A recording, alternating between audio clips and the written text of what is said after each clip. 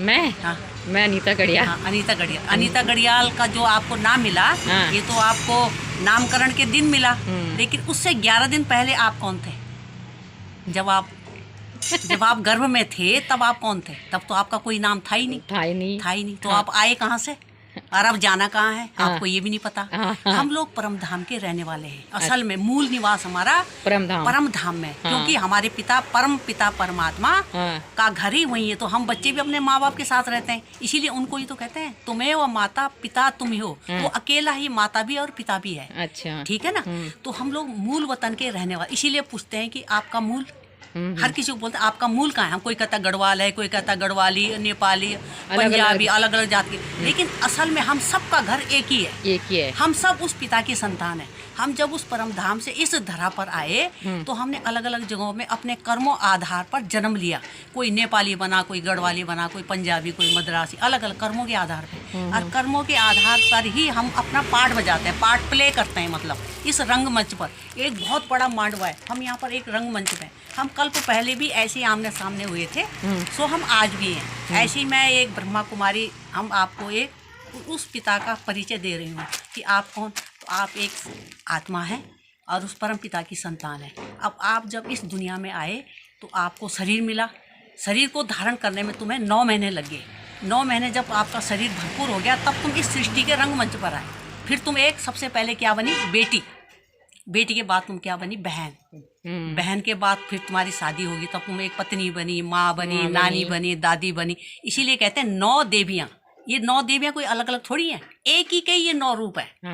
एक के ही है ना। जैसे कहते हैं दुर्गा बनी, काली बनी, शीतला बनी, बहुत सारे नाम है ना उनके। तो एक ही देवी के ये 9 नाम है। क्योंकि अब जब हम अपने माँ के रूप में बच्चों से मिलते हैं तो हम बच्चों की भाषा में बोलते हैं।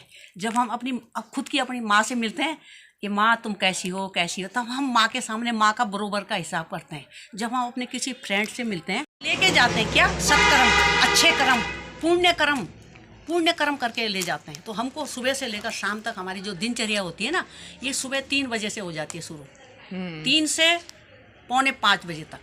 कोई 4 बजे उठता है, कोई 3:30। अपना सूर्य उगने से पहले वही तो अमृत बेला है। हाँ। अमृत बेला ही उठना। ये अमृत बेला चल रहा है, संगम युग है। ये दुनिया के लिए तो कल युग है, लेकिन हमारे लिए संगम युग, ये प्राप्ति का युग है। इसीलिए तो हबड़ दबड़ होती है, चलो चलो चलो चलो चलो चलो। कितने लोग आते हैं अपने साथ के। जैसे अभी हम क्या तुमने मुझे पहले कभी देखा था? नहीं। पर जैसे हम आपस में मिले तो हमारा प्रेम भाव एकदम ऐसा हो गया जैसे हम पता नहीं कब से मिले जुले होंगे। तभी तो 2 दिन मिल रखे। हाँ आंटी 2 दिन आ रखे आप सिर्फ मेरे साथ, लेकिन 2 दिन में ही हमारा कितना अच्छा प्रेम हो गया। हाँ। क्यों हो गया? हाँ। क्योंकि हम कल्प पहले भी मिले थे। हाँ। हम इसी वेशभूषा में, इसी रंगमंच पर, इसी दुकान पे ऐसे ही मैं आई होंगी। इसी वजह से तुम हमको मिले। और के साथ क्यों नहीं हमारा प्रेम भाव? तभी तो, क्योंकि हमारा तुम्हारा आत्मा का रिश्ता है। अब हम पति पत्नी जाते, कहते हैं ब्रह्मा कुमारी पतियों को भाई ना बना देती। अब भाई बनाने का सवाल क्या है कि पति भी गया भगवान के आगे। जैसे हम कह रहे तुम्हें वो माता च पिता तुम्हें वो, पत्नी ने भी कहा तुम्हें, तो दोनों का बाप एक ही है ना। तभी तो भगवान तो एक ही है ना। तो फिर हम रिश्ते में क्या हुए?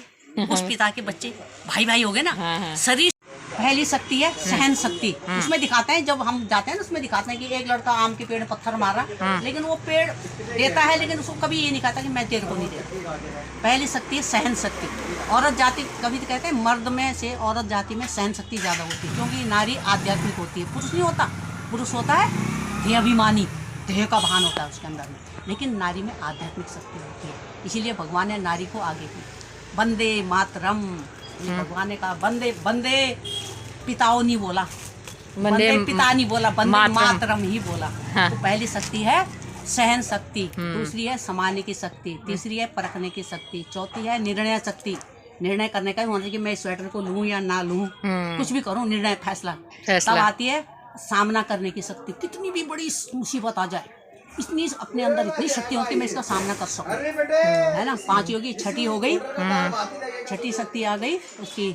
देखो हाँ मैं बीच में अटक गई, मुझे अटकना नहीं चाहिए बिल्कुल। हमें तो पट पट पट पट पट पट बोलना होता है, क्योंकि हम लोग प्रदर्शनी में जाते हैं ना, पर सबको समझाना होता है ना। तीसरी होगी आगे सामना करने की शक्ति।